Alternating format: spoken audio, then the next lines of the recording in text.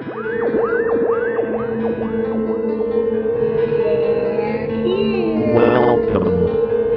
to Spooky Southcoast. Look, I know the supernatural is something that isn't supposed to happen, but it does happen.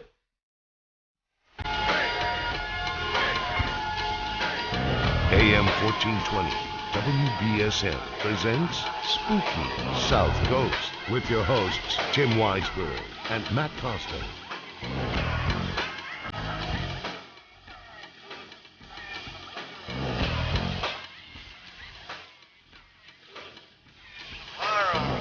Good evening and welcome to Spooky Southcoast. Tim Weisberg here along with science advisor Matt Moniz. And we are here to talk with you about the paranormal as we are each and every Saturday night. A great show planned for you this evening. Joining us in just a little bit will be Marie D. Jones. She's the author of the book. This book is from the future. And it's a fascinating read. This book is from the future. A journey through portals, relativity, wormholes, and other adventures in time travel. And Marie wrote this book with her longtime co-writer on a number of her projects, Larry Flaxman. And I've been reading this book over the last week or so, rereading it because I read it earlier in the fall. And I got to tell you, Marie and Larry, they have a great ability to take the most complex subjects and bring them down to a level where even I can understand them. So I'm very excited to talk with them about something that I've always had a fascination with, that being time travel. Time travel's always fascinated me as well. It's one of those things where, if only. Well, I mean, you're a scientist. Does it come up in conversation from time to time with some of your colleagues, the idea that maybe it could be possible someday, or, you know, I'm sure a lot of them have already made up their mind that it wouldn't be possible?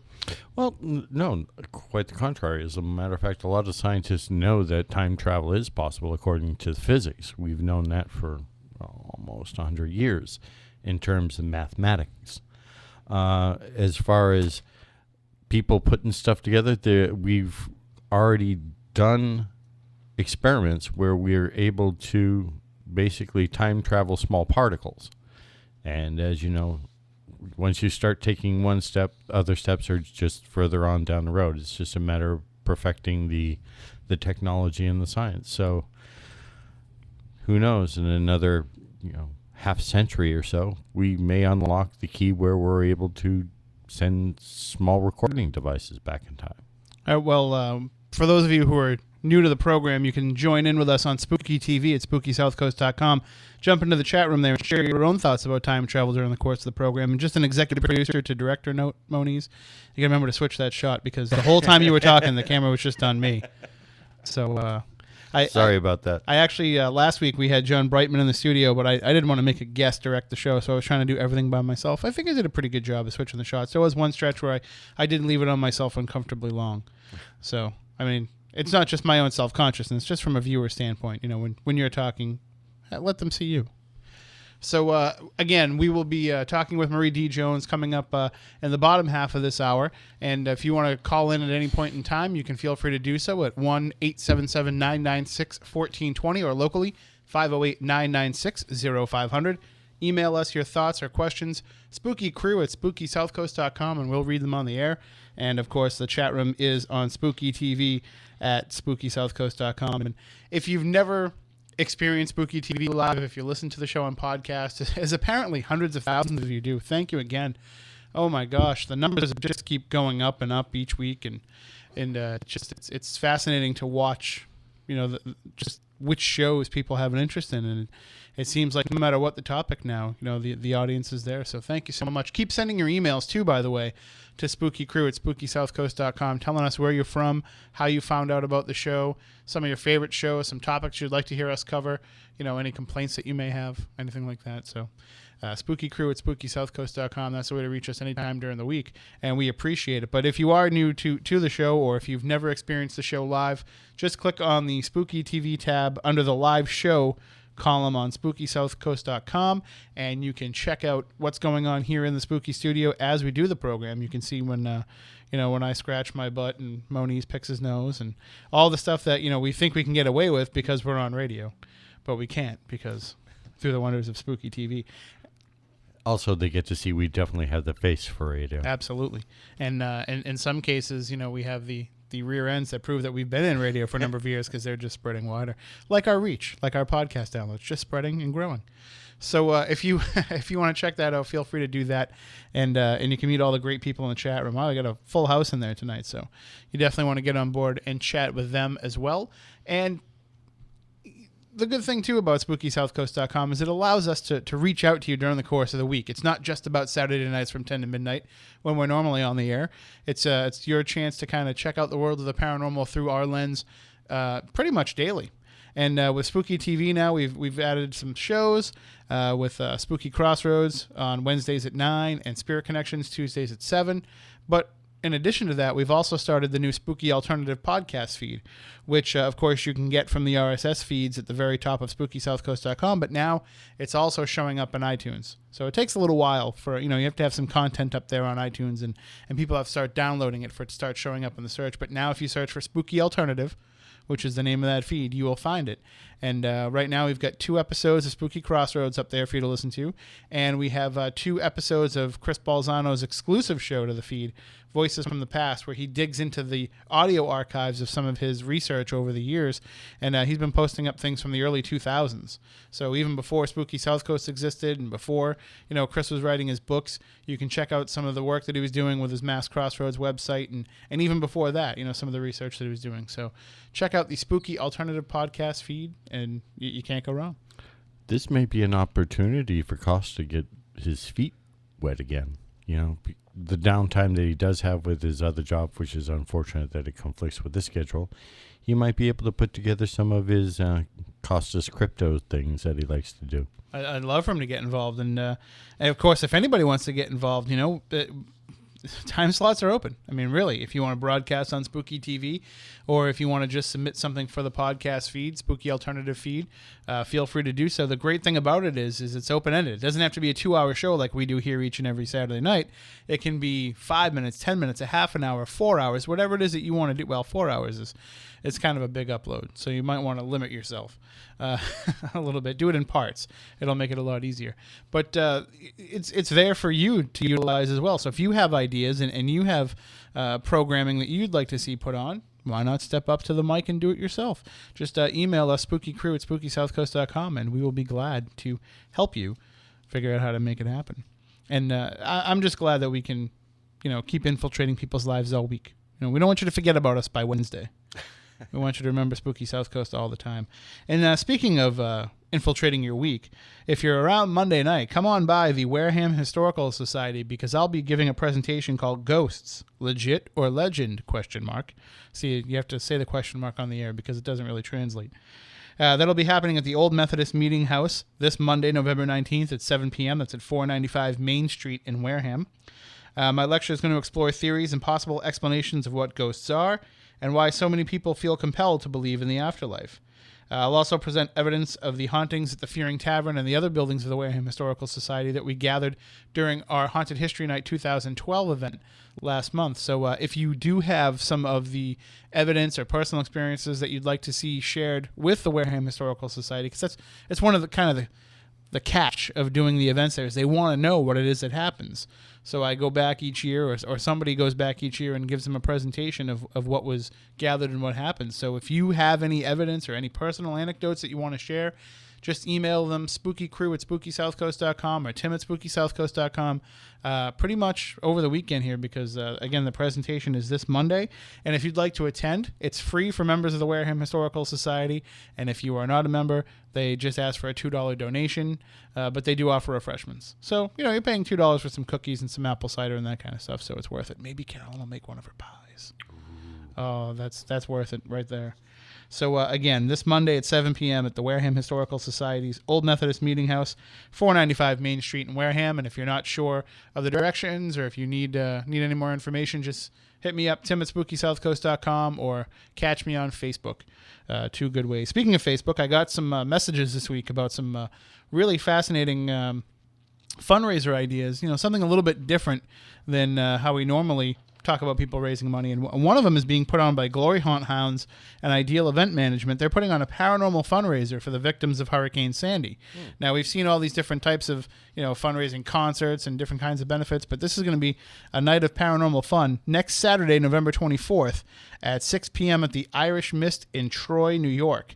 And it'll be featuring Steve DeSchiavi, I hope I'm saying that right, of the travel channels The Dead Files. I don't watch The Dead Files, so I'm not really sure. But Steve from The Dead Files will be there. There'll also be a Q&A with featured guests, a buffet dinner, ghost tours of the abandoned floors, and raffles. There's some great prizes being offered up in the raffle. And there's one of them, of course, is a 1-hour private ghost hunt with Steve and other special guests, including Joe Chin of Ghost Hunters and Ghost Hunters International, and New England Paranormal Research founder John Brightman, who was our guest here on the program last week. Tickets are only $50, and they go to the Red Cross Hurricane Sandy Relief Fund.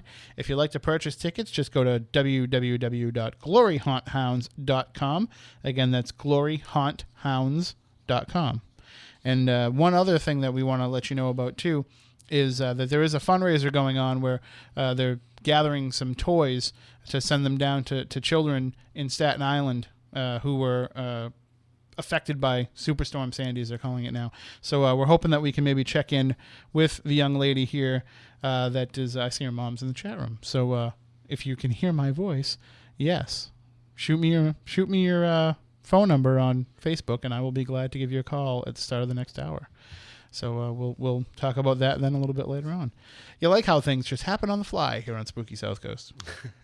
Well, now, Moniz, you weren't here last week. Yeah, you missed our great talk with John Brightman. But you were out in the field working on a private case. Yes, this is a case that's been going on for a couple of years. And eventually, information will come to light. Yes, we're getting to the point now that a lot of information, a lot of data, a lot of evidence has been gathered.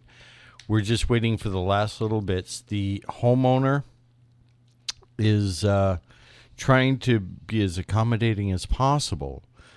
She just doesn't want the place public. Because she obviously doesn't want 50 million people knocking at her door and things like that. And I can completely understand and respect that. I mean, it's common sense. This is a private residence, and they want to keep what's happening to them somewhat private. They don't mind the information and the data being shared. They just want their personal lives to be kept out of it. And Andy and I are going to be looking to put forward a bit of the data in a couple of months. So you've seen some of the stuff. And say again, as much as you can. Yeah, as much as we can. We'll show you some of the photographs, so play some of the audio. Mike Markowitz was there, and that's one of the things that we were doing there on that Saturday, reviewing some of the EVP. He had over 40 EVPs that he got in just one session alone. Wow. Yeah. And I'm not talking, was that a whisper? No, these are very definitive, very clear statements. Some of the objects that have been manipulated in this house are just phenomenal. Now, I do want to say, too, that something very interesting happened to me today, which of a non-paranormal nature. But those who are familiar with the show and know my work in the paranormal, you'll find this to be pretty funny. It's a pretty interesting day when you get a note on Facebook that says, Andrew Borden has accepted your friend request, especially considering how Andrew Borden and I are not very friendly. So I thought you guys made nice. That's good. Yeah, we're going to get along now. So we do have a call on the line, so let's see who it is. Good evening. You're on Spooky South Coast. How are you? Hi, you're on Spooky South Coast. How you doing? Good. How are you? We're spooktacular, as we say here. That's great. So who are we speaking with? This is Olivia Marks. I am hosting the toy drive. Oh, okay. So, all right. Well, we were going to call you a little bit later on, but since you're only 15, we won't keep you up that late. How about that? Okay. We'll just talk about it now. So you've organized this toy drive here to help benefit some of the families that were affected by what they're calling Superstorm Sandy, right? Yes. How was it that you came up with the idea to do this? A couple years ago, I had done a bandage drive for the kids in Haiti, and I don't like to see children suffer. So when I saw the devastation down in Staten Island, I wanted to do something for the kids for the holidays. And so how did you go about putting everything all together? I mean, at least you had the template of doing something for Haiti in the past, but, I mean, how do you get the ball rolling in something like this? Well, I talked to my middle school that I went to, and I spoke to the owner of the Shamet Diner, and they just let me put boxes there, spread flyers on Facebook, and it circulated quickly. Well, the owner of the Shamet Diner, of course, is WBSM personality Phil Paleologos. So, Yes. and he's a wonderful guy, and he's always willing to help the community. And now I hear though that you're having now you've been able to get some of these toys down there over the last few days, right? No, we haven't shipped anything down yet. You haven't had a chance to. Okay, so that's something that you need some help with, right? Yes. I mean, how many boxes do you have ready to go that need to be shipped down there? We have 12 boxes as of right now. How big are the boxes? They're not big. They're moderate size. Do you know roughly dimensions? No, I don't. I'm sorry. But like, could they fit in the back of somebody's pickup truck or do you need a bigger truck? Yeah, we probably need a bigger truck because the boxes are pretty big. All right, so somebody that's heading down there that's maybe bringing a shipment My of roommate's something else. brother-in-law is a trucker that drives into New York every day. Well, maybe you can help out and get them delivered down there. Let me make a call. All right, so Moniz will definitely get back in touch with you and let you know if that can happen. But in the meantime, too, if anybody else wants to help out, is there the way that they can get in touch with you? What? I mean, maybe an email address you could give them, or Website? Yes, I can give an email address. just because it'd be better than giving your phone number. So what's the email address where they can get a hold of you? The email address is jmarq916@gmail.com. Okay, so jmarq916@gmail.com. Yes. Right, so if anybody can help out, and because this is something that I'm assuming that you're going to keep going right up until the holidays. We're probably going to keep it going for another 2 weeks. Okay. Just to make Because sure we everything can want- get down there and distributed in time. Yes. All right. So and now, I mean, how is that going to be handled? Is I know that you're working with the Tunnel to Towers Foundation on this. So We are actually working with a local mom who lives down in Staten Island, okay. and she's going to hand deliver the toys to a neighborhood that has a lot of kids in it. And I assume that they've been pretty hard hit with damage down there. Yes. All right, well, it sounds like a great thing, and I hope that people continue to make donations. Again, they can drop them off at the Shamet Diner and at Normandan as well.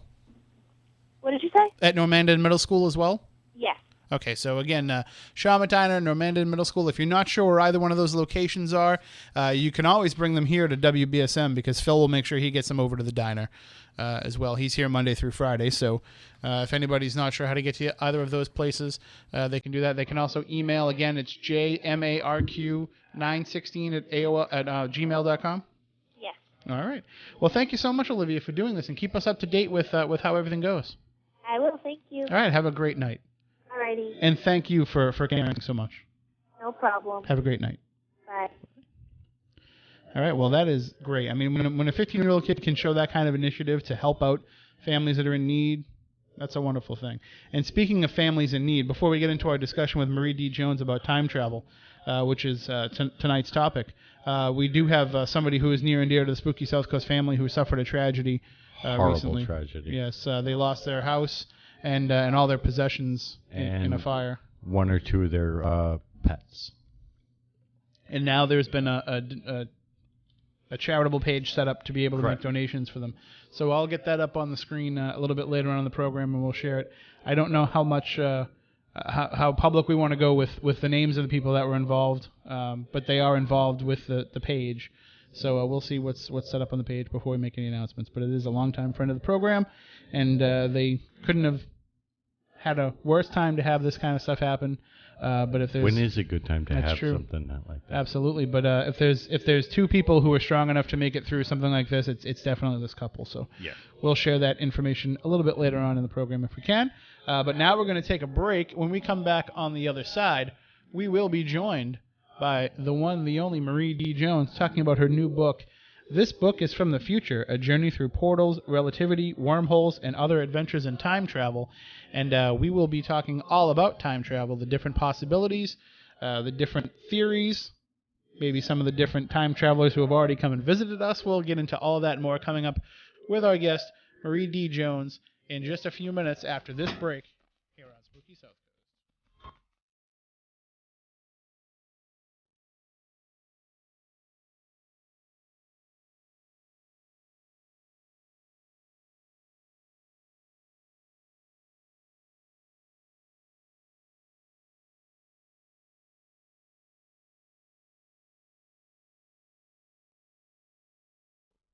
Finance their studies through school loans.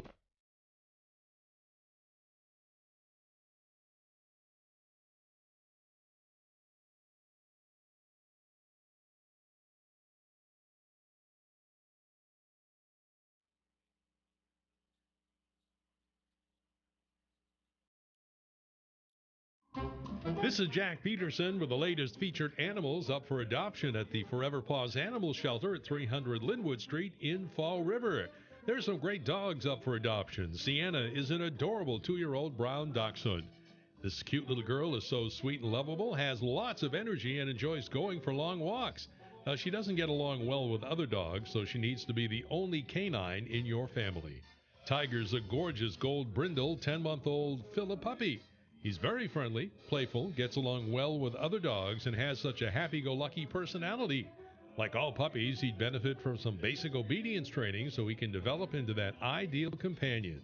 Tiger's patiently waiting for you. When you visit him, be prepared to fall in love. For more information, call the shelter at 508-677-9154 or visit the website at foreverpaws.com.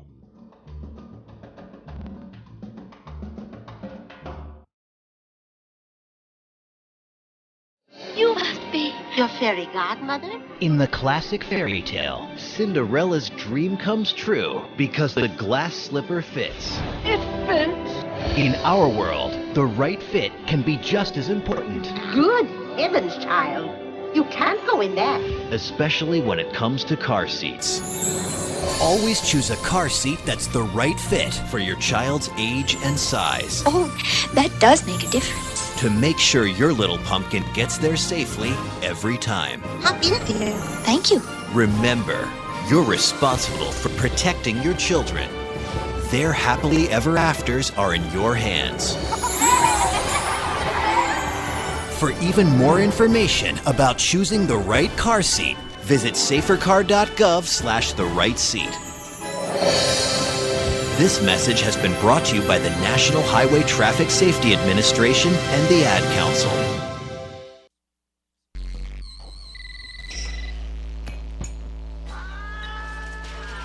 Hello. Hey, man. What? You up? No. Wake up. I need to talk to you. I think your house is haunted. Hey, come on. It's 2:30 in the morning. I can't sleep in here, man. I'm scared.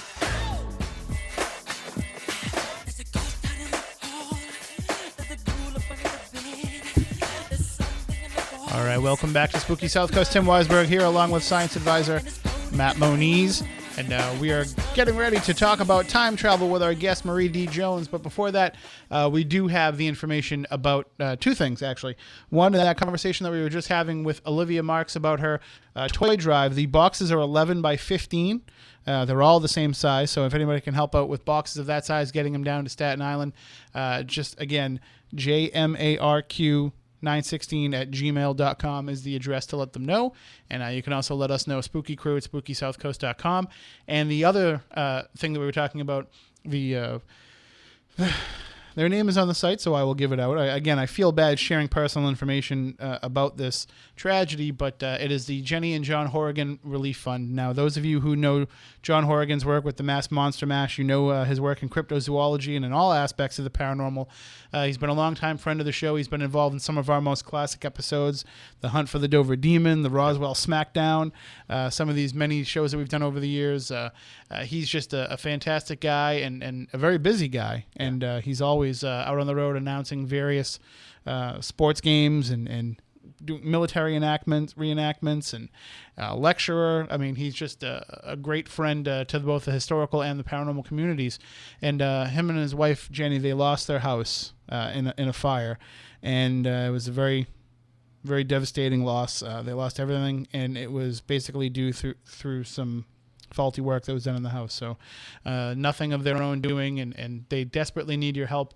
So if you go to youcaring.com, that's youcaring.com, youcaring.com, you can search for the Jenny and John Horrigan Relief Fund. Again, they're trying to raise $50,000 to help them get back everything that they lost, and so far they've raised about $3,000, but there's still 116 days left, so plenty of time to donate.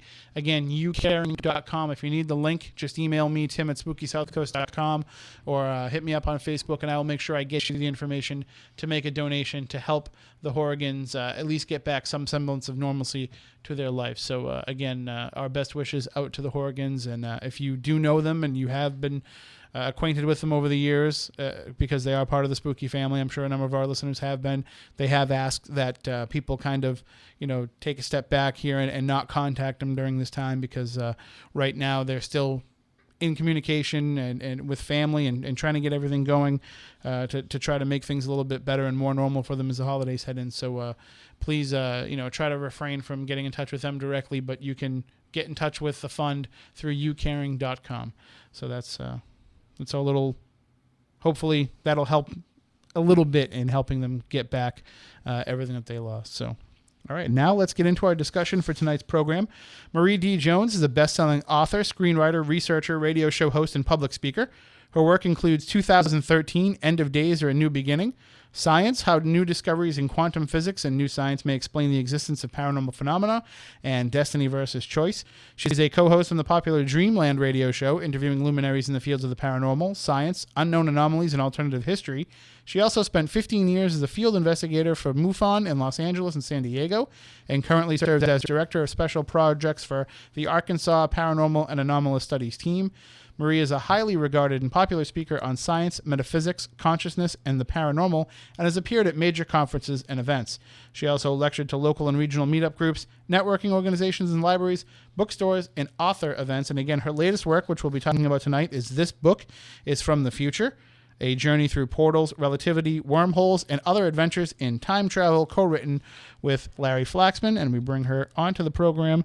Good evening, Marie. Thank you for joining us on the show. How are you? I'm good. Good to talk to you guys. It's great to talk with you, and it's always great to read one of your books, because I go into it, feeling like myself, and I come out of it feeling so much smarter. Oh, okay, good. And then I forget it all. Exactly. Yeah, so do I. Trust me, and I wrote it.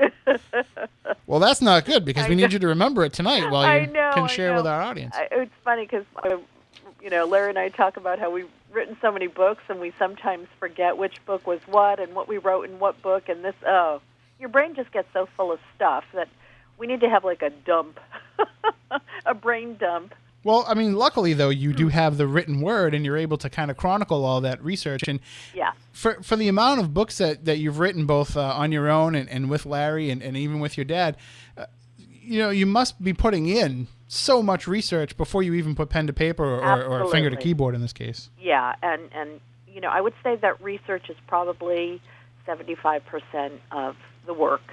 Because once you have everything in place that you want to say, and you've got all your research, really writing is just filling in the blanks. Mm-hmm. And so you have to really like to research, which I do, but it's exhausting. And to do books back to back the way that I have been and with Larry, it can get really exhausting. But really, when you're writing nonfiction, that's probably the biggest chunk of what you spend your time doing. How do you and Larry or yourself individually, how do you decide what topics you want to tackle next? I mean, do you have kind of a game plan, a board of numerous, professional sports teams have their draft board. Yeah, do you have exactly. like your draft board of topics? Usually Larry and I are tossing, if we're working together, even if I'm working alone, there'll be some ideas that you're thinking about that you're tossing around, and ultimately you pitch it to your publisher, and they'll kind of, we have a lot of say in what we're going to write, but sometimes the publisher will say, well, this idea is a little more timely, or let's go with this one. In the case of two books, 3 that Larry and I did, 1111, The Time Prompt Phenomenon, The Deja Vu Enigma, and this time travel book, it really was our publisher, New Page Books, coming to us and saying, have you ever thought about writing about this? And it's just been wonderful because 1111 was the biggest book that Larry and I did together so far. We're hoping the time travel book will be even bigger. And it's just really cool that, we have a publisher that we've worked with that has such great ideas that they're willing to offer us if we don't have something that we're really high on or real passionate on. Well, what fascinates me about your work is that you always seem to have, you're kind of right on the cusp of what the next big discussion point might be in the paranormal, and you're able to come out and simplify the explanation of it. But at the same time, these books could be used as textbooks in classrooms with the amount of information that you have in them. That's something that, when I wrote Science, which was I call it my first big book, I had actually written another nonfiction book before that, but it was more just sort of fun social commentary. But with Science, what I learned is how important it is to give people their money's worth with a book, because especially now, buying books is not, it's considered a luxury. It's not something that people have to do. It's not something you need to survive. So I always felt like, and then when Larry and I started working together, we felt like we want to be able to write books where you could just buy one book and get enough from reading that one book. But if you wanted to continue doing your own research or looking into something, we're giving you, in our bibliography, more direction, or we're offering, in part of the research, we're telling you, here are some other books, some other names that you can go look into on your own. But we really want to just provide a real foundational education or just a real basic, place for people to start at and make them get their money's worth. Well, now, before you started working on this book is from the future, what were your thoughts on time travel? Did you think it was possible before you did the research? It is so funny because I have done a complete about-face, but not in what you think. In terms of the scientific stuff, I kind of knew what was going on because, we were already fascinated by the subject. Who's not? Really, sure. Who is not into this? So I was kind of aware of what was going on ahead of time, and I knew what the challenges and the paradoxes were, and I knew that there were all kinds of obstacles that had to be overcome scientifically. But I figured we are smart enough. This human species, we are so innovative and resourceful, and the way that technology and progress and knowledge is just, exploding, we'll figure it out. But what really shocked me, and Larry as well, which we were not expecting when we went into the book, was that our own personal feelings about time travel would change. And that came from looking at the ethics of time travel. Now, who would think of something like that? The ethical, moral aspect of whether or not we have a right to tamper with the past and even the future, knowing that if we do, it could alter the past and future of so many other people that we come in contact with. So as we were learning more about the sort of, the more quantum aspects of time, it really got different for us because, we would talk and say, I'd say, Larry, if you could go back in time, when would you go back? And he'd go back to the 80s because he's such an 80s freak. Or he'd go back to the building of the pyramids. Yeah. Some people like Moniz have never left. I know. Yeah, exactly. And, I thought, I would say when I would go back and I would do this and I would change that. Because isn't that the first thing you think of? If you could go back in time, what would you change? Sure, and some of us pick something, of our own lives, and some of us pick something on a grander scale. You Right. hear so many people say, well, I'd go back and I'd, stop the Holocaust, or I'd, I'd go back and stop the Kennedy assassination. And but like you said, there's the ethical matters of you don't know what happens if you change what's already been. And I'll tell you, this is what is so interesting. As we were writing the book, I had gotten a copy of Stephen King's novel 11/22/63, which is all about time travel. A great book too. Oh, a real return to form for him too. Yeah, totally. And he did so much research with a research partner into the time travel paradoxes and the ethics and morals of time travel that I almost felt like, why do I even need to write this book? And then my young son turned me on to this Family Guy episode where Stewie and Brian go back in time and they try to somehow stop 9/11 or whatever. And it was the same type of thing. It was about, if you go back and you try to fix the past, how you might actually be breaking the present and the future. And all of that really shifted the focus because we started the book out with the fascination of the pop culture, how it's just totally permeated every aspect of pop culture, from movies to TV to books to video games, you name it, and the cool science behind it. And we came out of the book thinking so much more about, do we have a right to do this even if we do achieve the technology one day? Right. It's almost like it's along the lines of human cloning. Just because we can do it, does that mean that we should? Exactly. And people will say, and here's what's really interesting. Or have we already? Oh, I'm sure we have. Yeah. Well, but the thing about cloning is, it can do some good things medically. I'm sure it can help, provide organs and cure diseases. But it's the negative side of it, because I always feel like we human beings have a hard time controlling ourselves and seeing, we want to push it all the way to the edge of the envelope, and maybe we're not supposed to do that. Whereas if we could just control what we're doing with some of these real tenuous things, like time travel and cloning, we'd be okay. And I can just see with time travel, people who don't understand the paradoxes, who don't understand the ethics, just totally taking advantage of being able to go back and change their own past because they're selfish, narcissistic, they don't care about anybody else, and not realizing the damage that they could do to the other people that they've come in contact with, because we're all connected. So your timeline is connected to mine and vice versa. And of course there's ways around that. If there are such things as parallel universes, we can maybe escape some of that. But yeah, that was really, really shocking. I was not expecting to come away with that. I mean, normally, though, the only time ethics come into play is when you were talking about, like you said, the pop culture references, and time travel has become such a plot device that people no longer look at it as a scientific possibility or impossibility. They look at more of it as how to direct a storyline. And what's funny, though, I mean, a lot of times if you look back on old science fiction short stories and novels, all the way back to the late 1700s through the 1800s, how they imagined the science of the future. It's almost like the science fiction of the past becomes the science fact of tomorrow. So it's really fascinating to see how some of these shows and some of these books and short stories sort of, they were a little precognitive in their imagining and envisioning the future. But I do think it's become very acceptable for people to think, oh yeah, time travel, we can do it, we're going to be able to do it, and there's no problems.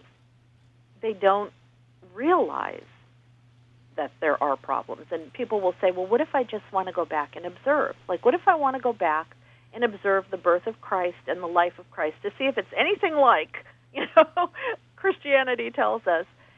But the problem is, we know from quantum physics that just the act of observation and measurement will alter the behavior of particles. It could change the outcome of what it is you're observing. So even in that aspect, even if you don't want to go back and change a thing, just by doing like It's a Wonderful Life or A Christmas Carol, where you just go back and look at what it would be like if you were never born, you could be changing something and tampering with things that you don't really want to be. So it does give you pause. But you know what? We'd probably all still do it, wouldn't we?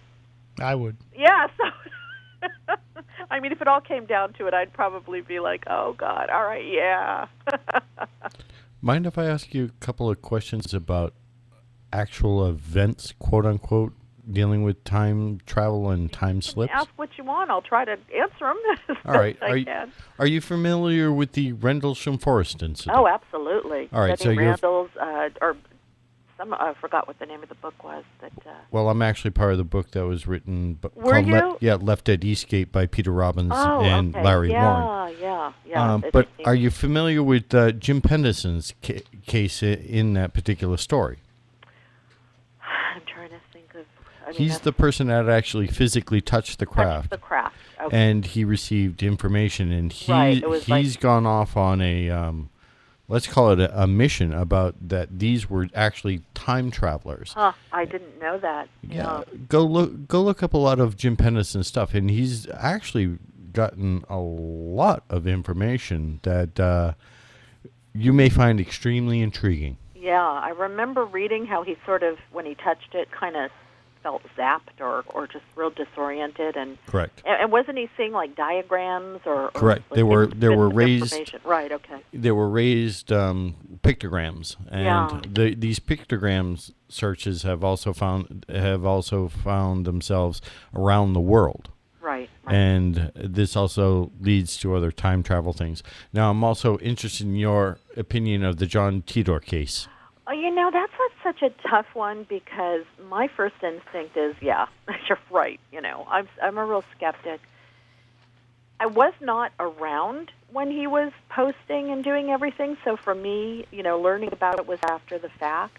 Well, for those who might not be familiar with the John Titor story, I mean, maybe you can give us a little bit of a background. Yeah, well, apparently in the early 2000s, I think it started in 2000, 2001. Actually, it was before that. Was in the 90s, actually. In the 90s, yeah, back when there were bulletin boards instead of, like Facebook and stuff. It's funny, you think back on how ancient those things were. The pre-Al Gore days. Right, there you go. This person starts posting that he was a time traveler from, I think this is the year 2036, and for some strange reason, he had been sent back here to retrieve a very archaic, like IBM computer system. Parts to one, yes. There you go, parts. You probably know more than I do. But anyway. He may be John Titor. I'm not really sure.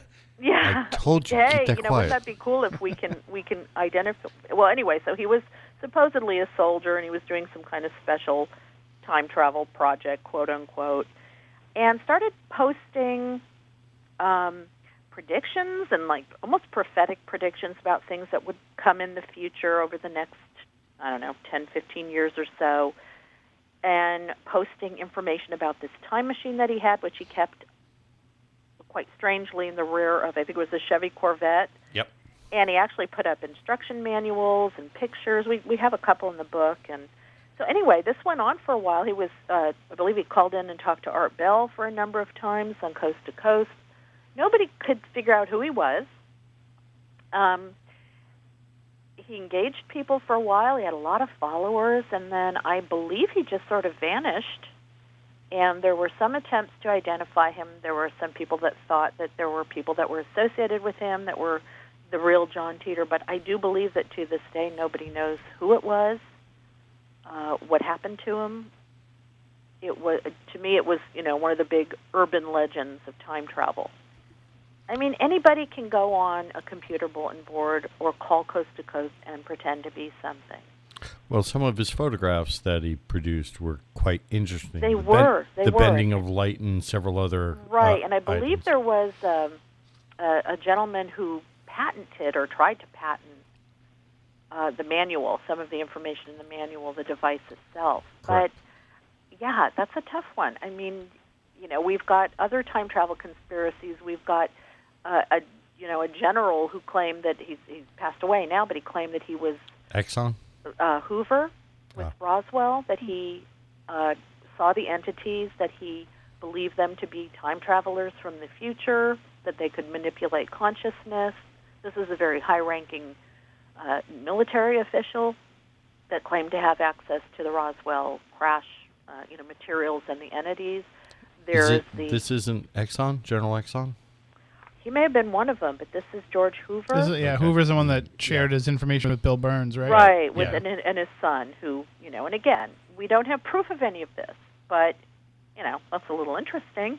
And I've heard other people talk about the Roswell case in terms of time travel as well. I think that's really interesting that in the field of ufology, you're hearing that a lot more. That if these are advanced civilizations that have figured out how to get from, there to here, might they be time travelers? Well, that's something I'd like to definitely discuss a bit more coming up in the second hour, because we've only got a few minutes here before we have to take a break for the news, Marie. But coming back, I want to talk about some of these other stories of time travel over the years. And I want to get into a lot of the theory behind some of it, because it's not as out there as some people might think. And what we talk about as theories that could make time travel possible could also be applied to the other work that we do in the paranormal. And I think some of these same theories could apply to, like you said, UFOs, and also could apply to ghosts and all kinds of psi phenomena. So we'll talk about all that coming up in the second hour after the news break. But before we let you go here for the first hour, we just want to give our condolences to the entire Fate magazine family. This week, the great David Godwin passed away, the amazing Godwin, as he was known for many years. He was born in January of 1939. He actually died this past October. But they just went public with the information. He had earned a Bachelor of Journalism degree from the University of Texas at Austin, and he was a past master of the Masonic Lodge No. 3 in St. Paul, and a longtime student of the Kabbalah, occult lore, and magic.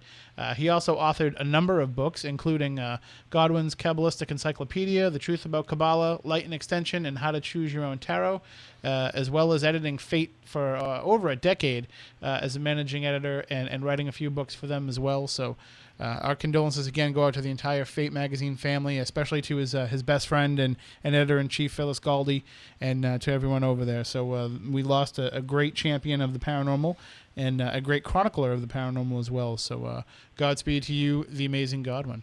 All right, we are coming up on the news break, and we will be back again, as I said, to talk more with Marie D. Jones about her book. This book is from the future, and actually, this book is from the future, because I'm holding it in my hand right here. So this particular one in my hand is from the future. And we will discuss that more in depth during the next hour. If you want to pick up a copy of the book, you can do so by going to Marie's website, mariedjones.com. And it's also linked up on SpookySouthcoast.com as well. So if you go to our website, click on the picture of Marie that pops up in the slideshow, it'll take you to her page there. You can purchase the book right on the site as well. And Marie, you've got all your books up on your website as well. How many titles altogether now?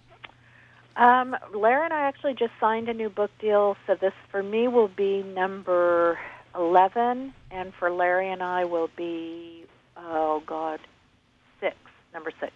And we were talking earlier about how much time we spend sitting in chairs here doing the program. I can only imagine what it must be like for you. You must be standing up and jogging in place sometimes while typing. Yeah, I write real erratically. I mean, I'm not one of those write every day people, so I make sure I move around. Otherwise, you'll never get me out of this chair. And sooner or later, there's got to be a book of your many Facebook postings as well. Yes, I hear people are collecting them. I got to say, for writing what's probably how many thousand words in one of these books would you say? 65, 70,000? 75, 80, yeah. So you're probably writing an equal amount on social media I know, while you're writing the book. You know what? That's my way of blowing off steam when I'm doing all this research. Otherwise, I'd probably jump off a cliff. So. All right. Well, don't do that between now and the next hour, because we'll be back in just a few minutes following the news, where we will talk more about time travel, again with Marie D. Jones. If you want to check out our website, mariedjones.com, also linked up on SpookySouthcoast.com. And if you want to call in at any point with questions, you can do so by calling in at 508-996-0500, 1-877-996-1420. You can also email us, spookycrew@SpookySouthcoast.com, or jump in the chat room on SpookyTV@SpookySouthcoast.com. That's the best way, because now I can see on the monitor that we brought into the studio. So we'll be able to ask your questions on the air as well. So we'll be right back with more here on Spooky South Coast. We're going to time travel right now. Coast turns to for local news, talk, weather, and sports. WBSM New Bedford, AM 1420, WBSM. ABC News. I'm Chuck Severson. He's not going to China, but his trip's partly about China. President Obama, in about 4 hours, arrives in Southeast Asia. His first stop is Bangkok, Thailand, then on to Cambodia and Myanmar. The president's trying to reinforce trade and military ties to countries with strong economies. ABC News White House correspondent Ann Compton's already in Bangkok. One former West Wing official compares this trip to playing an away game on China's field. Scholar Michael Green calls the three countries on the trip the three troubled children of the U.S. policy pivot to stand up to China's rising power in the Pacific. President Obama is pushing trade and military cooperation with countries who have their own very strong connections to China. Israel has the right to defend itself against attacks, as a top aide to President Obama, as Israel says 160 rockets were fired from Hamas militants in Gaza today. This was one of them. Israel says it carried out hundreds of airstrikes in Gaza, where the BBC's John Donison is. Very different sound than what we've heard in recent nights. This was a kind of rhythmic pumping sound of shelling, which we believe was from Israeli warships off the coast of Gaza. 2 seconds after each pump of the shell being fired, you heard an impact. And we now understand that among the buildings targeted was a tower block in the center of Gaza City, where a lot of local journalists are based. Officials say 46 Palestinians and 3 Israelis have been killed so far in the 4-day fight. Called off in just recent hours, the Coast Guard search for 2 missing oil rig workers in the Gulf of Mexico since yesterday's explosions on an offshore rig. Houston's KTRK TV reports the body of one of the workers has been found. Arrested for allegedly having bomb-making chemicals and assault weapons in his home in Ridgewood, New Jersey, an out-of-work doctor. Police say they acted on a tip. Dr. Roberto Rivera is held on $1 million bail. You're listening to ABC News. Now Geico presents 30 Seconds with Maxwell the Pig. Maxwell, you're on. Cool. And so you just want me to read the script? You don't want me to do the we thing? Okay. Today, I'm going to talk about the new Geico mobile app and how you can manage your policy and get your ID card and customize it with your favorite Geico character. But I'm not yelling we or anything because they don't want me to, right? Correct. Okay. Just saying it's my thing. Everything you love about Geico, now mobile. Download the new Geico app today. When you're running a facility, safety is key. That's why Grainger offers over 80,000 diverse safety products, all to help you reduce injuries and downtime and keep up with regulations. You might say safety's our middle name. Yep, Grainger, safety, Grainger. You get the idea. Now through November 30th, save off the Grainger catalog price with 25% off select DuPont protective clothing and 30% off Ansel products. Just call, click Grainger.com, or stop by a branch today. Grainger, for the ones who get it done.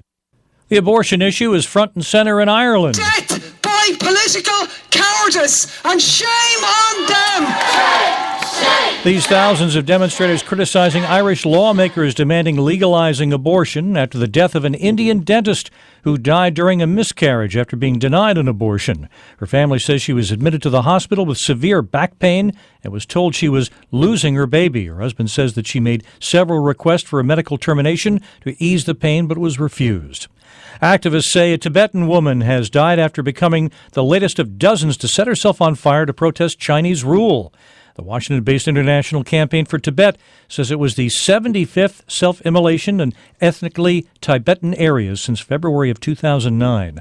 A gasoline recall, BP says it has paid more than $12 million in thousands of claims from a recall of incorrectly formulated gasoline that damaged parts of some cars and trucks. The bad gas was distributed in Indiana, Wisconsin, Illinois, and Ohio back in August.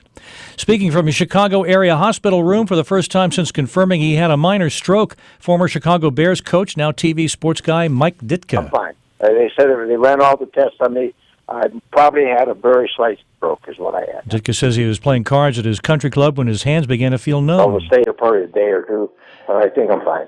Mike Ditka is 73. This is ABC News. Does your basement or crawl space have a damp, musty smell? Well, watch out. That's a sign of too much moisture and not enough ventilation. And that can mean increased mold growth and the buildup of harmful toxins and gases. Don't bother with a dehumidifier. It just circulates the same unhealthy air. Get the Wave Ventilation Unit. It will transform your home into a drier, healthier environment. Satisfaction guaranteed. Call 1-888-964-WAVE. That's 1-888-964-WAVE. Chuck Severson, ABC News. It takes 12 years to create a graduate. It takes about the same time to create a dropout.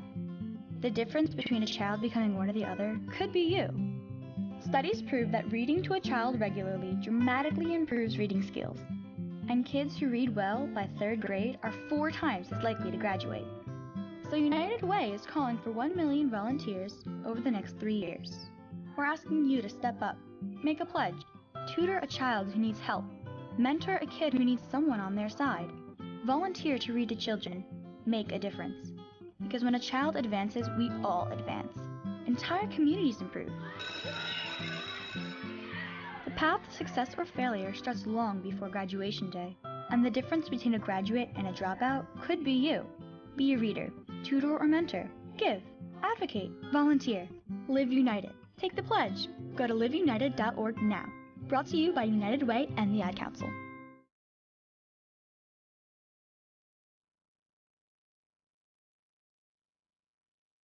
At Advance Auto Parts, we don't do anything just part way. We go full throttle. We don't just get you parts fast. Oh no, we get you earth-shattering deals on the parts you need. Right now, buy Wagner Thermo-Quiet brake pads and get up to a $20 American Express gift card by mail. When we say earth-shattering deals, we mean it metaphorically. Don't worry, Earth. We got you. Advance Auto Parts. Service is our best part. Advance Auto Parts. Void where prohibited. See store for details. Come to Sam's Club and sample the season's best foods at the Holiday Taste of Sam's Club. November 16th through 18th, noon to 5. Try festive fare you'd be proud to share, like the new Cheesecake Factory Hershey's Cheesecake, tender roasted garlic filet mignon, gourmet appetizers, and more. Not a member yet? Join Sam's Club November 16th through 18th and get a gift card worth up to $20. Life is better when you're in the club. Sam's Club. Join and save. See club for details.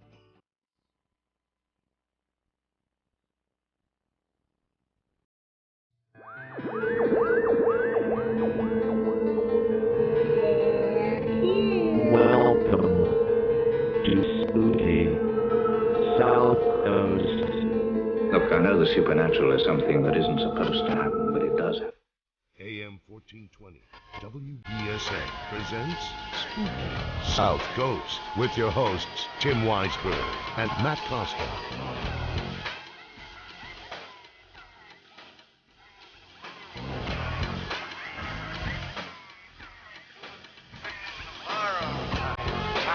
Welcome back. Hour number 2 of Spooky South Coast. Tim Weisberg here along with science advisor Matt Moniz.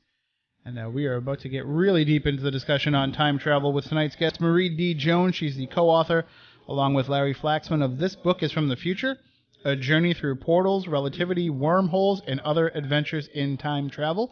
And if you have any questions during the course of the discussion, feel free to call in with them. 508-996-0500. 1-877-996-1420. And for those of you listening on podcast, it almost is like time travel because you're going back to Saturday night and you missed your chance to call in with questions. That's why you got to listen live Saturday nights from 10 to midnight Eastern Time. And join in the chat room on Spooky TV at SpookySouthCoast.com. You're missing so much more of the program by waiting. But then again, a lot of people are using us to help while away some of the hours of their week, so we appreciate that as well. Over 2 million downloads now for the program. Not too shabby. And like a million of those have come in the last 5 to 6 weeks. So it just shows that either all of a sudden we got really good, or for the first 5 years we were absolutely terrible. One of the two. Either way, we'll take it. So we're coming up on anniversary number 7 this January. So lucky 7. And who knows? Will we get the 7-year itch? Or will we get the 7-year syndication deal? Let's hope so. All right, let's get back into the discussion with our guest, Marie D. Jones. And Marie, we were talking in the first hour about the process of writing the book and your own beliefs in time travel going into it. But with all the different potential theories behind the possibility of time travel, it's hard to read this book and not come out thinking that not only is it possible, but that someday we will figure it out. Yeah, and Michio Kaku, who is a brilliant theoretical physicist and one of my idols, he has a great quote where he says basically what time travel comes down to is, the technology. We can do it, we just need the technology, and I'm totally paraphrasing.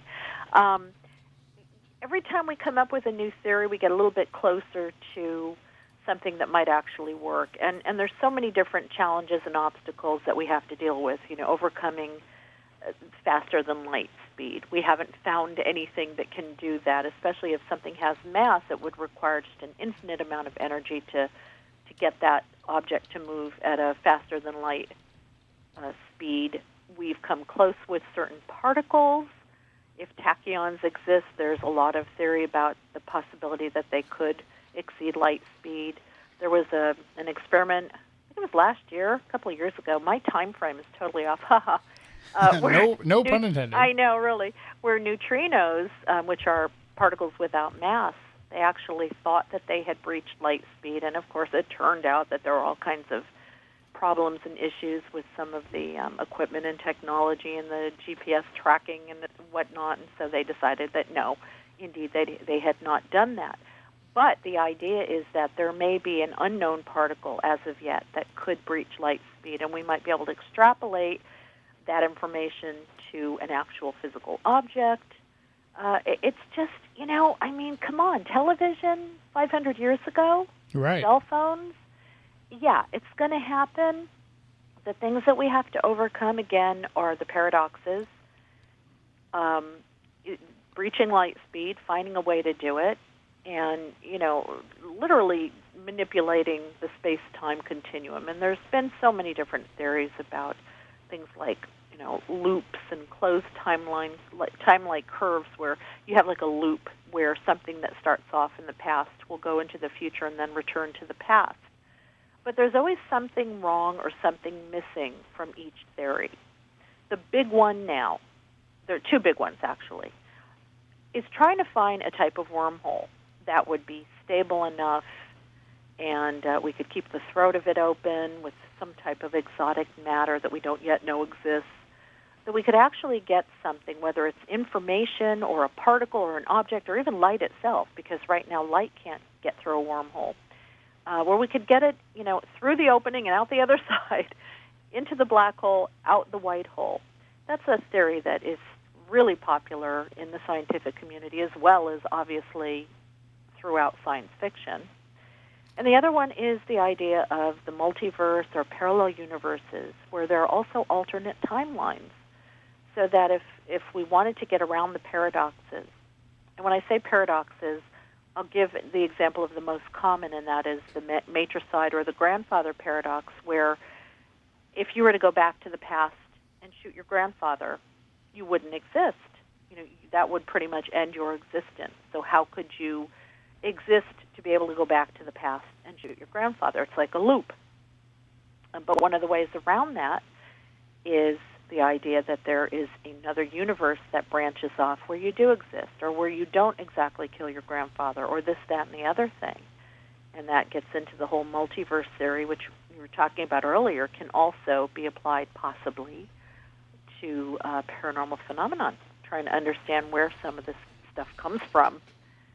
So it seems like every time we come up with a great theory or a great idea, there's always one little thing that stops it from being workable, but we're getting closer.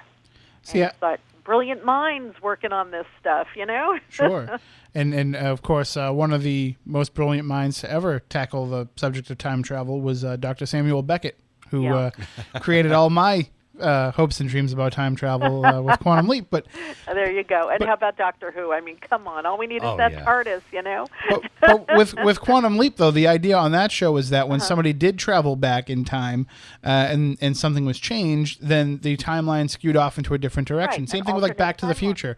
Yeah, exactly. Yeah. Now, would that be just an alternate timeline, or would that be one of these alternate universes? It could, I mean, you got to figure if it's an alternate universe, it's going to have its own timeline. Why do we assume that it would operate on the same timeline as this one? I would think each universe has its own laws of physics, has its own timeline. And what I love about shows like that is a lot of times they have scientific consultants that work on those shows, that provide the research and, here's what's going on today, here's some of the theories that are out there. So some of those shows you may laugh at, and yet they probably are giving you a good education of some of the real discussions and real theories that are going on out there. Now, a blue police box, maybe that's a little far-fetched, the whole TARDIS thing, or the DeLorean. But some of these shows, certainly they're trying to add a little bit of science, just like the short stories of, H.G. Wells and Charles Dickens. And they're really tackling in their own way the science of their time and what theoretically might be possible in the future. And that's why I love science fiction. I honestly believe that a lot of science fiction becomes science fact. No, because it's the science fiction that's inspiring the scientists of the future. Yeah, it's or of the present, too. Right, because what you've got is you've got writers who probably have read all the research because they're fascinated by it, but they're allowed to imagine beyond the confines and the limitations and the obstacles. They're allowed to imagine and go way out there where a lot of scientists don't go in their work because they're sticking to what they can prove. So, yeah, I mean, they're paving the way for ideas. I mean, look at Star Trek. All of the physics of Star Trek, and it's a fantastic book, by the way.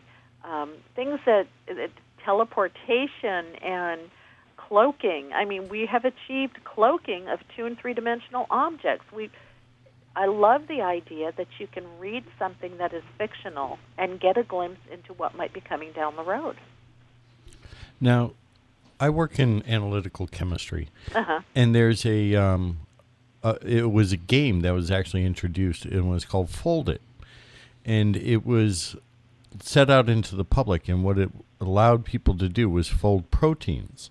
Oh, wow. People didn't understand really what it was. It was just a game that had a set of parameters, and within 3 weeks, they solved the issue or the problem of how AIDS transmutes through. So they're doing the same thing now with RNA. Now, who's to say if they can't take the same technology, the bits and pieces that they have, and put it towards time travel and put it out into the population and let them work the problem? Absolutely. And I think that's happening. There's probably people in their basements right now that are not serial killers. They're just doing their own research and developing their own time machines. And there's, of course, been a lot of conspiracies and urban legends about people that are doing that and that the government is already doing it. But, yeah, I mean, I think that's what's so great about shows like Quantum Leap and movies like Looper and, Back to the Future and what have you. Jumpers. Was it called Jumpers or Leapers? Wasn't there one? Leapers. Quantum Leap. Right. But there was another one, too. It was like a group of young people. Sliders. Sliders. Thank you. I knew it was one of those words. But these, they're putting ideas in. I mean, most people will watch that stuff from a purely entertainment point of view, but there are people that will watch it and they will be inspired, or something will come to them. They're very inventive. They're totally into time travel. Yeah, I think that's a great idea, and I think that the presence of time travel material out there it's only a matter of time before somebody's going to say, "Hey, I did it! I overcame the paradoxes, and this is how." So it may not come from the research community. It may come from some maverick, brilliant science brain in his or her basement.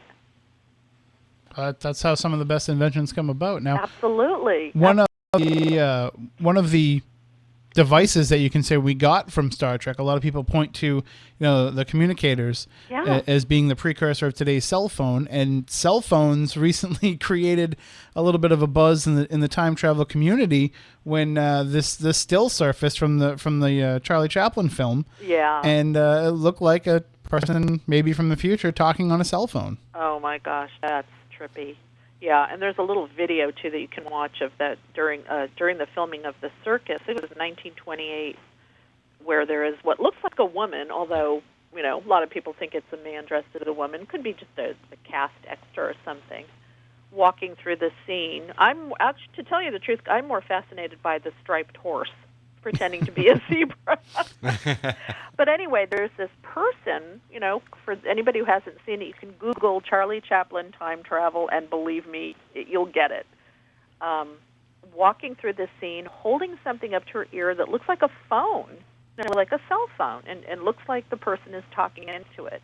So, of course, everybody, oh my gosh, back then they didn't have cell phones, and they didn't even have, walkie-talkies or anything like that.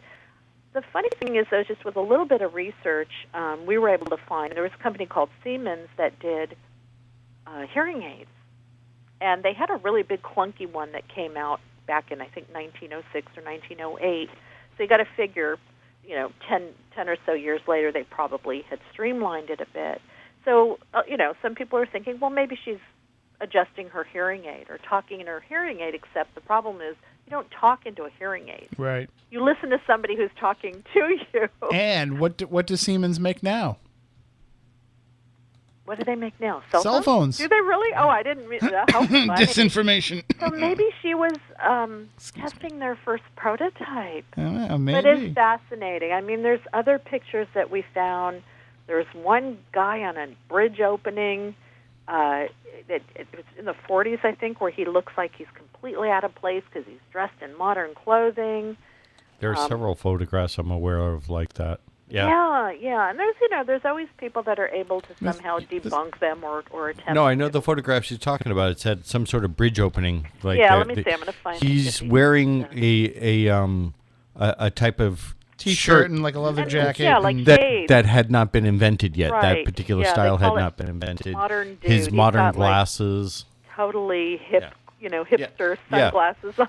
A hipster in the 40s. This is coming from a guy who looks out of place in every photograph he's ever in my co-host Matt Moniz. But he may have been like a fashion designer who was testing out a new look. But Yes. What's fascinating to me is that you see something like that and your first thought is, as a time traveler, I would not think that. But, hey, who knows? I can tell you that the whole Charlie Chaplin thing, as much as it fascinated me, I figured out really quick that it couldn't really be a time traveler talking on a cell phone for one simple reason. I can't get a cell phone signal in my house. I know. So how did this person get one in the 1920s? There were no cell towers. I mean, that must have been really amazing. They were picking it up from another planet. Who knows?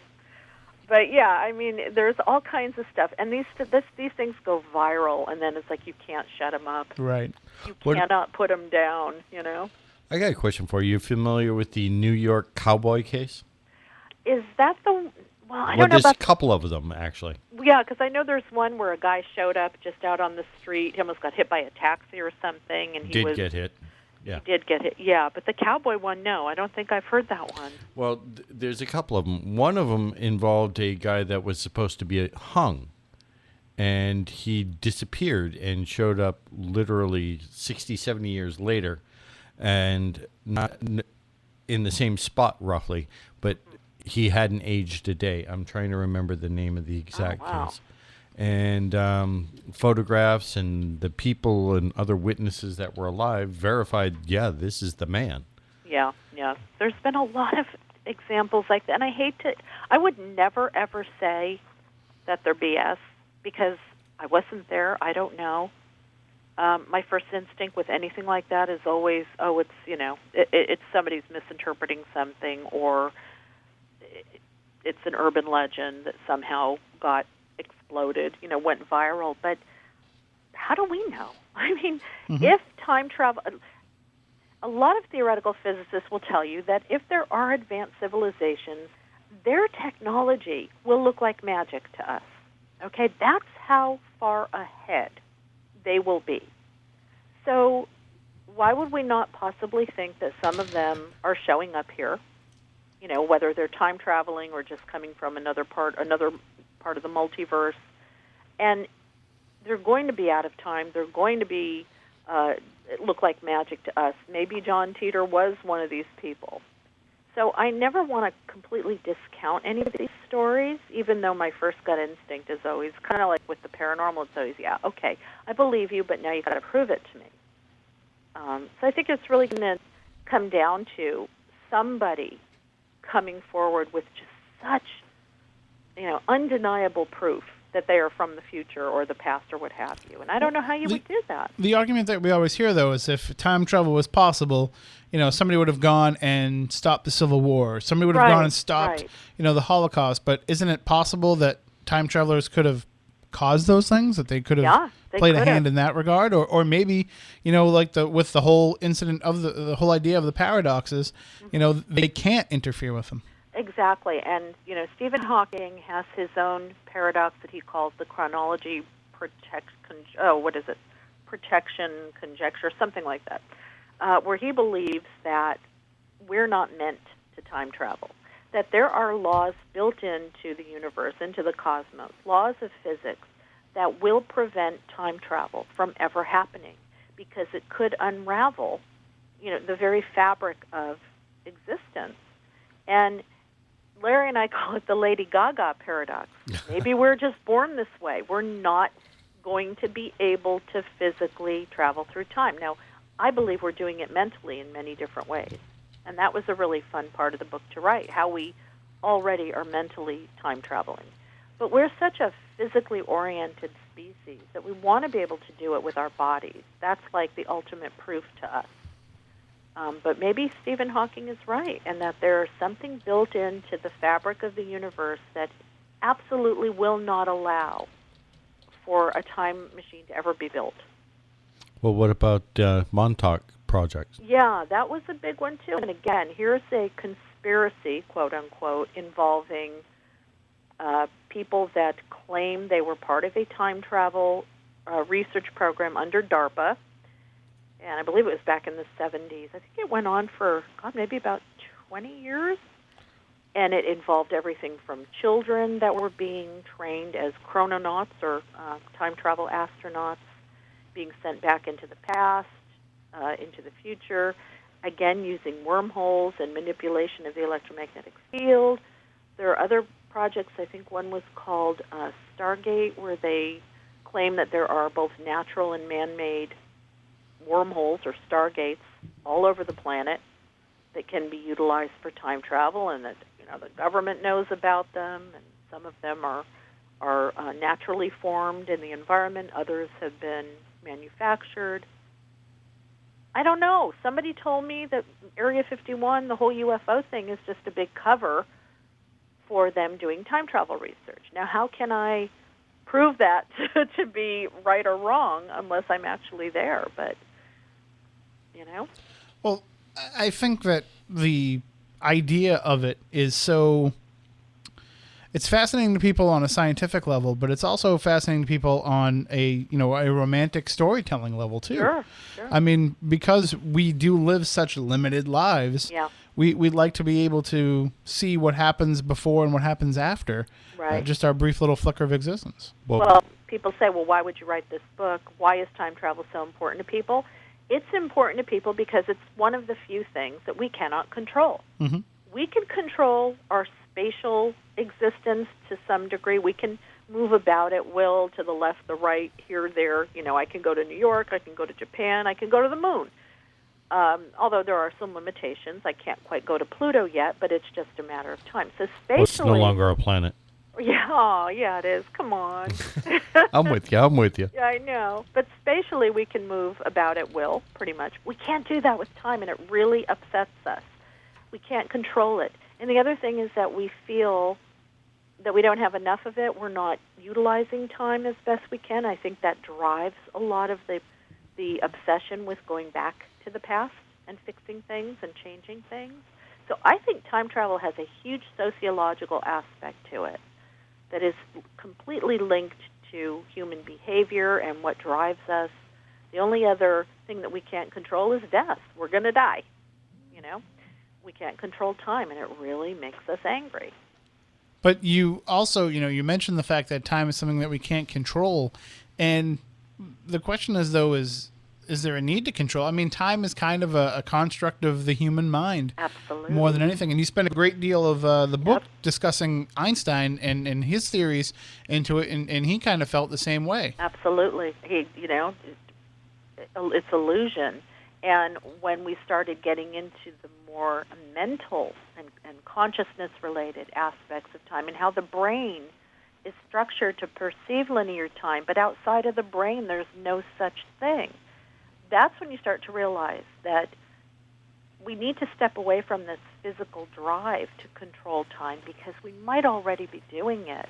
I mean, let's look at things, things like precognitive dreams and deja vu and all kinds of paranormal experiences, missing time, time slips, time shifts, time distortion, time anomalies, people who have visions, and even prophecy to an extent, remote viewing. You left out one subject. Which one? Out-of-time artifacts. Oh, porting? Objects moving through time, out-of-time artifacts, or out-of-time people? Yeah. There's so much of that, and that we were so fascinated with that part of it because it really, you can go into an altered state of consciousness and you can time travel. You can see into the future. I mean, people do that all the time. And I've had visions of something not so good happening, and weeks later it happens. I mean, I think that happens to quite a few people. Precognitive dreams. Oh, I thought you were talking about going to Taco Bell. Yeah, well, you can pretty much predict the future that if you go to Taco Bell, you're going to be sick the next day. Moniz can guarantee it every Sunday morning because he goes after the show. But, I mean, like you're saying, though, time is something that is so subjective. I mean, Moniz and I could be sitting here doing the show, and at the end of the program, I could be like, wow, that flew by fast, and he could say, gee, that really dragged. Absolutely. Not that he would say that about you, Marie, but... Yeah, you'd be like, oh, man, did that drag. It is so subjective. Each person experiences time differently, and even though we try to measure it and try to have this, linear measurement of it, it's so subjective. Yeah, and that's the thing. It's like, please, people, let's stop focusing so much on our inability to maybe do something with the physical body when really it's the mind and consciousness that can rise beyond the limitations of the physical and do all of this. And a perfect example of that is Larry works in law enforcement, and he talked to me about times when he was in a situation where somebody's got a gun to your head, or there's just a very dangerous situation that he and his partner have to go into. And this happens on the battlefield in war, where time literally slows to a crawl. And there's actually a physical reason for that happening. It's to allow the brain a little bit of extra time to think of a survival method. If you're in a really dangerous situation and time seems to slow down, that you're in slow motion, that's actually a survival mechanism. Now, on the other hand, if you're involved in something you really love to do, whether it's fishing or golfing or writing or whatever, time will go by really fast, and you'll look up at the clock and say, "Oh my God, 6 hours have passed. I thought only 20 minutes had gone by." So you're right. It's totally subjective. It's totally relative to what we're doing. It's not linear except within the confines of our physicality, and that's what I think we need to overcome. Is maybe physically we may not be able to do it, although I think that's coming too. But how are we already doing it beyond the physical self? But it's so hard because we've already been hardwired before we're even born that we're constantly trying to beat the clock. I mean, when the first second you're born, you're already starting to die. Racing. I know. And if you think about it, it makes sense. In order to have a meaningful life, things have to happen in a particular order. You have to be able to put events in order to give them meaning. And also the whole idea of causality and that effect will always follow cause. Well, you're born, eventually you're going to, the effect is you're going to die. So there is this arrow of time that we are trapped by physically, at least as of now. Who knows? We may evolve in a million years into entities that live beyond time. But right now, this is what we're dealing with. And I think a lot of the frustration comes from people feeling like they're given a certain amount of time. They're not using it the best they can. So when they get to the end of their lives, or even before then, they want to go back and change things. I think that's why time travel is so popular. They're not living in the present. They're worried about the past, stressing over the future. So then they reach a point where it's, oh my God, I wish I could go back and do all those things I regretted not doing, or not do the things I regretted doing. And that's why a lot of the wise spiritual and religious sages and teachers always talk about focusing on the now, because they know that beyond the physical confines of the body, there is no such thing as past, present, and future. There is only now, the present moment. It's getting a little metaphysical there, but I really think that's where... That was Zen. That's where this drive to overcome time and control it comes from, our inability to do that. Well, we are talking with Marie D. Jones. The co-author of this book is From the Future, along with Larry Flaxman. And if you want to call in with any thoughts or questions, the numbers are 508-996-0500, 1-877-996-1420. You can email them to us, spookycrew@spookysouthcoast.com, or you can jump into the chat room on Spooky TV at spookysouthcoast.com. It's right there under the live show heading at the top of the page. Marie, we did talk quite a bit about how, time travel can be used as a plot device in a number of stories. And I got to ask you, what's your favorite time travel movie / book? Oh, God. I love a lot of science fiction, but I got to tell you, my favorite, because they're just, the Christmas movies, I love, my favorite book is Stephen King's. I think he blew it out of the water with his examination of the paradoxes. And for anybody who hasn't read it, you got to read it. It's about somebody who was asked to go back in time and prevent the assassination of JFK. But what comes out of all of that is just absolutely mind-blowing. And like I said, I learned about time travel ethics from that book and from Ron Mallett, who is a theoretical physicist who has written a book. His father passed away when he was young, and they were very close, and he made it his life's mission to develop a method of time travel to go back and help his father. So those are things that really drive me. But in terms of like fictional stories, for me the most fun are things like It's a Wonderful Life and Christmas Carol. And the reason being is I think a lot of us, again, our obsession with time comes from wondering if we've spent our time well. And I love that those movies show you how you could think your life is, no big deal, and you really haven't touched a lot of people or inspired a lot of people. And yet if you were to go back and look at what everyone around you would be like had you not been born, that's fascinating to me.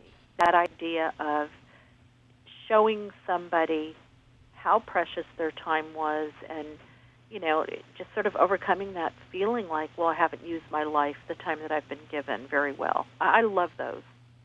Well, we have a couple questions that have popped up in the chat room over the course of the night. And one question is how familiar are you with the Nazi experiments into time travel back in the 1940s? The only ones that I know of, I'm thinking of afterwards, Operation Paperclip, when we brought a lot of them over to help out here. Aren't we wonderful? I don't know too much about what went on before World War II, if that's what they're talking about. But I would imagine, because they were very much into the most cutting-edge research, that they were probably on par with what Nikola Tesla was doing, an awful lot of research into time travel and the manipulation of the electromagnetic field. So I don't know. I know post-World War II, but I don't know what happened before that. And then a story that I think you covered in the book, the gentleman who was fixing the sink and ran into himself. Yeah. Yeah. Oh, my God, I got to go back and find what his name was. Yeah, that's kind of creepy. That's another one you can look up on the Internet. A guy who was doing his own plumbing, and he went through his sink, and didn't he meet his father? No, he met himself in the future. He met himself in the future. Okay, because there was another one where, yeah, okay. Yeah, I don't know. In the video, they show both of them holding up their arm with the same tattoo. Now, I've got a friend that's his brother, What's interesting is I got a friend that runs a tattoo parlor, and I asked him about that. I was like, well, if this person is aged over a certain amount of years, the ink would have faded to this, and there would have been distortion in the tattoo. Wrinkles and right. like age spots and stuff. Yeah, I don't know why people do that, but hey, who knows? Maybe he had really good skin when he was older. A lot of it, though, is fun. I mean, it's fun to think about the idea of time travel. And, we look at something like the Back to the Future films. Yeah. I feel about those films like some people feel about Star Wars. I mean, I love Star Wars, too, but I just feel that way about them. And I've had endless debates with even my own brother for hours about, the alternate timelines and how many DeLoreans there could have been at any one given time. Exactly. And things like that. And we like that because it's something that it challenges our mind, but in a way where we can't really be wrong because it's not real. You know what's funny about the Back to the Future movie is the first one specifically, where they talk about, you are my density. This whole idea of destiny really plays strongly into whether or not we can ever overcome the arrow of time. Because if there is any kind of predestination to the universe, if there's any kind of plan or blueprint that's at work, and, we get into things here like intelligent design and what have you. But if there is any kind of foundation, a blueprint, that would have to be followed. So time travel would not work within that framework. Okay? If there is destiny, you're on a trajectory from the past to the future. That's the destiny that you're moving towards. So to tamper with time travel, you would literally be tampering with the destiny of the universe. And I love how that movie brought that up in such a really fun way. You know, the silly idea of your mom falling in love with you and that whole thing. But, you know, destiny plays into this free will. If we can have the free will to go back and change the past, then does that mean that there is no destiny? There is no predeterminism? There's no blueprint to the universe? It's just sort of a crapshoot? So it brings in all this other stuff that I don't know if a lot of people like to think about, but it's fascinating to me. Well, it's such a deep subject. As you mentioned before, and as King wrote in the book, you know, the past is obdurate. So yeah, absolutely. You know what I find fascinating? A lot of the time slip photographs that you see are always of the past, never of the future. And technology being an arbitrary piece of equipment that has no consciousness or memory really of its own. Right. How can it be At least yet. Well, you understand what I'm saying. In the future, that might change. True. But Skynet. Here's a good example. I saw a photograph that was taken from, it looks like high altitude. I think it may even been part of a satellite imagery of New York Harbor. And in one of the cases, on one of the, in one of the ports, there's the perfect image of a World War II vessel docked at a berth that is not at, or hadn't been at for over 50-something years. Right. How does a satellite out in space catch an image of something that happened 50 years ago? That ship must have just snuck into our timeline and our universe for 5 seconds, long enough for the satellite to... I mean, I really love the theory of the multiverse because it allows for all that kind of stuff to happen. The overlay. Can't prove it, yeah. But if, you know... And I think, and again, we were talking earlier about this possibly applying to the paranormal, the idea of cryptids and these creatures that appear and then disappear. They come out of nowhere and they sort of vanish into nothingness.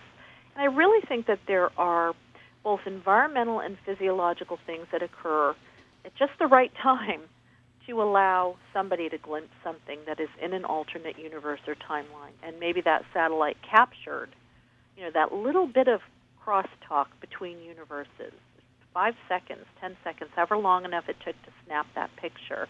And then, boom, it was gone. And you know, it's a wonderful explanation for everything from ghosts to UFOs to cryptids to time anomalies and visions and what have you. It's just that we're getting some kind of crosstalk or bleed through from other levels of reality. And if that's the case, then that would be something that we could probably control a lot easier than wormholes.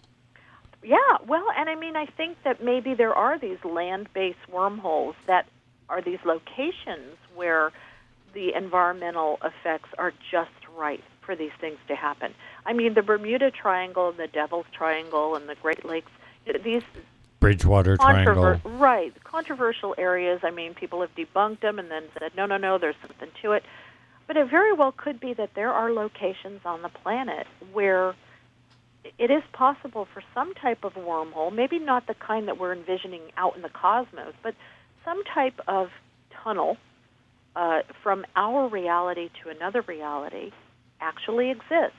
And Larry and I, the next book we're writing is called The Grid, and we're really going to take a look at this idea that there are environmental and physiological effects and influences that if they line up, if they align correctly, allow for this kind of bleed through to occur. And could this be what accounts for all of the things that we consider to be anomalous, that are so erratic and so inconsistent? Well, is this just bleed through from other realities? What has to be in place for that to happen? So wormholes could be all over the planet. They're just not the way that we envision them from science fiction movies and TV shows. Well, I mean, and the more that we explore the idea of these multiple universes and these little windows of opportunity to see into them, we can almost kind of figure out how to do that on a more consistent basis. Yeah. You know, if we can find these spots, let's just say, for example, you know, a haunted location is a place where you can glimpse from one universe into another, Exactly. then we should be able to not necessarily recreate it or make it happen, but at least to be able to kind of follow it in a scientific manner and document Right. what goes on. Right, but I think there's another aspect too, and I think that explains why you and I could be standing next to each other, and you can see something and I won't, or you can have an experience of another reality and I won't. And I think that's because there's things that are going on within our physiology. Whether it involves brain chemicals or hormones or your blood type or what have you, that work with the environment. EM fields, seismic activity, whatever, that the two have to work in perfect alignment for something to be experienced. And I really think that is probably the best explanation I've been able to come up with as to why you can have a number of people in a specific location, and some of them have amazing experiences and others don't. I don't think it's because some of them are nuts or some of them are making it up. I honestly think that there are influences, both interior and exterior, that are going on that are allowing certain people to get glimpses into other realities. And I think that's why, some people are better at remote viewing, or they may be very good at precognitive dreams or what have you, and then others don't. Some people are really good with hunches.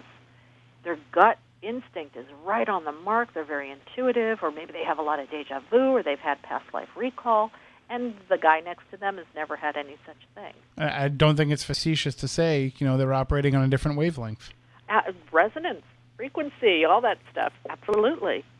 Vibrational. I mean, if you can align the frequencies that you're operating at, or your brain, with what's going on in the environment, yeah, sure. I mean, resonance is a huge part of what Larry and I research, and what we think might be the mechanism behind opening one reality into the other. Harmonic resonance. Yeah. Now, of course, we all know, though, that if there is going to be time travel in the future, we are going to figure out this conundrum and how to do it. There's got to be one simple motivating factor, and it's not going to be humanitarian in nature. Exactly. Right, money. I mean, what kind of profiteering can be had from this? It's unimaginable. Yeah, I mean, who's this guy? Is it Richard Branson? Mm-hmm. Who's behind privatizing space tourism or something? Yep. I can't. Yeah, I mean, there'd be like theme parks, like Disneyland, where you go and you pick a time frame that you want to go back to, and you get on the ride and you go plug in the. There was a movie that did that, and if I recall correctly, it didn't work out too well. Yeah. I would hope, That's true, though. People are going to want to make a buck. They're going to want to sensationalize it. They're going to want to, just turn it into a circus. And that's why, physicists like Ron Mallett, at the end of his book, even though his quest, his drive, his dream is to figure out a way to travel through time, his book ends with a warning that we need to be ethical about this because we could be really messing things up. Well, the minute that it is achieved, the minute that it's possible, then there's the need for regulation. And as soon as there's a need for regulation, there's the possibility of corruption. So It's probably better off that we can't do it. But, I like the idea more of like the total recall aspect of it, where, you can create the false memories. You can create kind of the experience of time traveling. And I remember back in the 90s when, virtual reality was a thing. I was just going to say, yeah, you do it that way. and it never really came to fruition, but virtual reality would have been perfect for those who want to time travel, because it would be a way that you could experience the past or maybe even somebody's vision of the future without being able to... Yeah. And without being able to change the rest of the world within your experience. Exactly. Yeah, I really do think that hopefully if there is something that will stop humans from doing this, it is there because of our inability to ever do anything and do it right without somebody turning it into as something negative. So maybe Stephen Hawking was right, that we just the laws will not allow it. Who knows? Maybe it's been done before in our distant past. So the universe sort of adjusted itself to say, oh, no, not again. And, maybe it's not people that are meant to time travel anyway. Maybe it's just our thoughts and our energies that are made to time travel. Maybe that is an explanation for why we have electronic voice phenomena or apparitions. Exactly. I believe that, and I think that, again, this goes back to that age-old debate of whether mind and brain are the same, separating mind consciousness from our physicality. You know, we're so focused on what the physical can do that we forget there's this whole other part of us that can do anything. And that maybe that type of research is what we should be focusing on. And maybe the body will evolve and catch up later.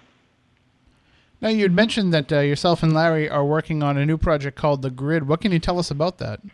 The whole title, we actually are with a new publisher. We're with Hampton Roads, Hierophant, and the title is The Grid, Exploring the Hidden Infrastructure of Reality. And it sounds big, but what we wanted to do is through Larry and I have been working together for over 5 years, and we just keep coming around to the same things. We keep coming around to, again, the idea of the multiverse and how it applies to the paranormal and how it applies to how we view our own reality and maybe the illusion of us only having one reality. So we use the grid as a sort of visual symbol that maybe the truth is there are many intersecting levels of reality to our existence, and there are connectors between those levels.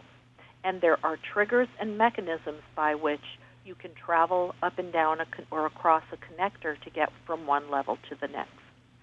We want to lay out as much as we can about what we think might be happening environmentally and physiologically that allow all that to happen.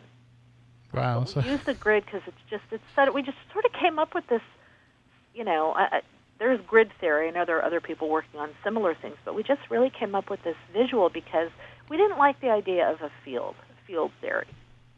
It's two-dimensional. We wanted something that people could visualize in their heads. We'll look at a grid, a three-dimensional grid with all the little connecting lines that go up and down, side to side, and imagine you are on one level of that in your normal day-to-day existence. But when you go to bed at night and you dream or you have some kind of deja vu or you see a ghost, you may be going up and down some of those levels. And how does that happen? What might be happening to allow you to do that? Why are some people better at it than others? Well, it sounds like as much as you've tackled big topics in the past and brought them down to the average reader's speed, it seems like this is going to be I hope so. An even bigger task. We're a little intimidated, but yeah. And it's going to be sort of an introduction to all of this. Hopefully there'll be some follow-up books to where we can really, really, really get into, the real basics behind what might be happening in the human body. So we'll touch on a lot of that in this first book.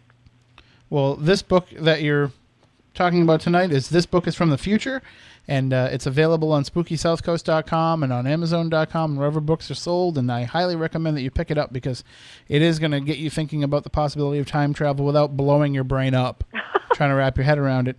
And before we let you go, Maria, I have to get your opinion on something that I got in my Google News alert today about the paranormal. And you and I have talked in the past about a television program that we were working on, and we had kind of a vision for a story. Well, this new show that's going to be coming out on the Lifetime Network is called Paranormal Housewives. Oh. And it's being executive produced by Julia Roberts, of all people. Oh, you're kidding. And it's not one of these Real Housewives of the Paranormal. It's a drama. It's a scripted show. Oh, you're kidding. But it's based on real life paranormal investigators who are also housewives, and it just seems like are we surprised that it took this long? No, it'll be paranormal garbage collectors next. That is hilarious. I had not heard about that. Zaffis already has a show. I would like to see, oh my gosh. Instead of taking the middle-aged housewives of the paranormal and putting them on TV, I'd like to see like a Golden Girls of the paranormal. Oh, that would be awesome. Like the Betty Whites of the paranormal out there just kicking butt and taking names. Oh my God. That's going to be the next thing, I think, is elderly paranormal investigators, those who are already close to touching the other side. Well, yeah, because they've got the most motivation for trying to figure out what's going on. Exactly. And then you can have that they know episode. more people on the other side. They can exactly. they direct direct friends and relatives, and then you can have that episode where Gus passes away, and then he comes back and talks to the group and all that kind of stuff. But when I saw that, I was like, how perfect that we're having Marie on tonight, that we can. Too hilarious. And we couldn't get our idea off the ground, huh? Well, I've been meaning to talk to you about that. I've been asked to retool it, and if you're still on board, it's a little bit different of a take, but. Okay, well, we'll talk. But that Paranormal Housewives. And I just can't believe Julia Roberts is throwing her hat into the paranormal right now. She must see the value in anything paranormal makes money. So she's probably thinking, hey, this is a good investment here. Either that, or she's just given up and she decided to go to the network where Lindsay Lohan's career went to die. Exactly, and they're like, sorry, Julia, we're only going to talk to you if you've got something paranormal to give us. So just off the cuff, she said, Paranormal Housewives. Right, I think Julia Roberts and the Lifetime Network are paranormal alone. Just, oh, my being God, combined. that is hilarious. I'm going to have to look into that. That's funny. So I don't know. I think you should pay attention to make sure if there's any characters that are kind of based on you, that you have the lawyers and the legal team ready. I am going to get my team ready, yeah. Are there any, single moms? I'm not sure. They haven't really given a lot of plot details yet. But yeah, well... They probably don't How have much plot detail can you really have? I know. I'm guessing a lot of the ghosts will look like Lyle Lovett. And they're going to have Mary Kay parties and, while they talk about ghosts. I have to watch that. I have to at least watch the first episode. I mean, I refuse to ever watch anything on Lifetime other than Golden Girls reruns, but I think you and I might have to check it out. Yeah, and it's only a matter of time before they merge the two, the Golden Girls and the paranormal. You know it's coming. Well, I mean, with the exception of Betty White, I think they all are on the other side. So yeah, and I just can't wait till I get an EVP of a voice saying, "It's me, Stan." Exactly. All right. That about does it for tonight's show. We want to thank our guest from tonight, Marie D. Jones. This book is from the future, and this book should be on your bookshelf or in your hands or in your Kindle or your e-reader device. It's available in all those formats. You can go to mariedjones.com. And it's also linked up on SpookySouthcoast.com as well. Thanks again, Marie, for joining us and keep us up to date on the grid. And hopefully you can come back and talk about that somewhere down the line. I would love to. And thank you so much, guys, for having me on. Oh, great to hear from you. And tell Larry next time he's going to join in, too. He will. Definitely for the grid. Yeah, definitely. We'll get him on. All right. Thank you so much. Have a great night. You too. Bye-bye. Bye. That is Marie D. Jones. And don't just check out This Book is from the Future. Check out all of her books because you will find them to be fascinating reads. And even though they're very complex topics, they're nothing that you can't handle when you're taking Marie's account of them. And it's just, you feel smarter being able to walk around with this book. And people are like, oh, what's that about time travel? And you can start explaining to them some of the theories about why it might be possible. And you didn't know anything about it before you started. So.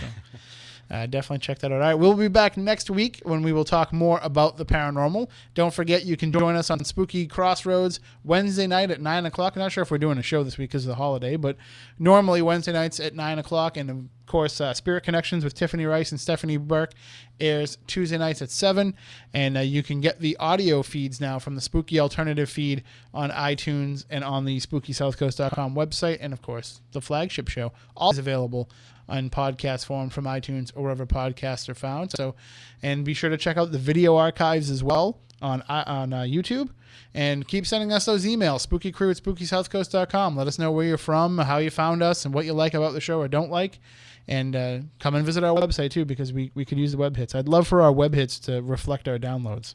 Yeah. That would be really helpful. So if you can do all that, we appreciate it. But until next week, for Matt Moniz, for Matt Costa, who is somewhere out there, I'd like to time travel ahead to when we can have him in the studio. Like how about December 8th when we're going to be broadcasting live from Oddfest at Patriots Bar and Grill?